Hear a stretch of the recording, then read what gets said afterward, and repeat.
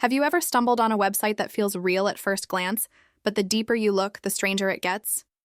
That's exactly what happened when I came across Spook Society, a so-called official Halloween store that claims to sell licensed masks and costumes for 2025.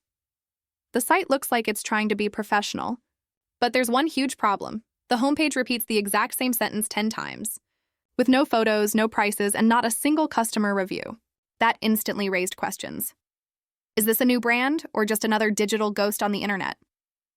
After digging for 2 full days, I found absolutely nothing that proves this store actually exists. No company registration, no social media pages, no Reddit threads, and not even a single mention on Trustpilot.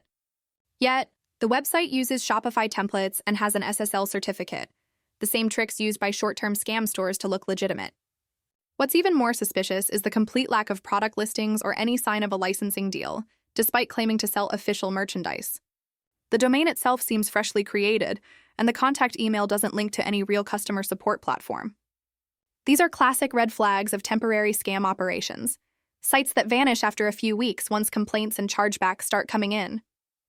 Spook Society feels less like a business and more like a digital mirage built to catch people looking for last-minute Halloween deals. It doesn't mean every eerie-looking site is a scam, but when everything points to smoke and mirrors, it's worth staying cautious. In short, Spook Society isn't just suspicious. It's a perfect example of how fake online stores disguise themselves as festive fun.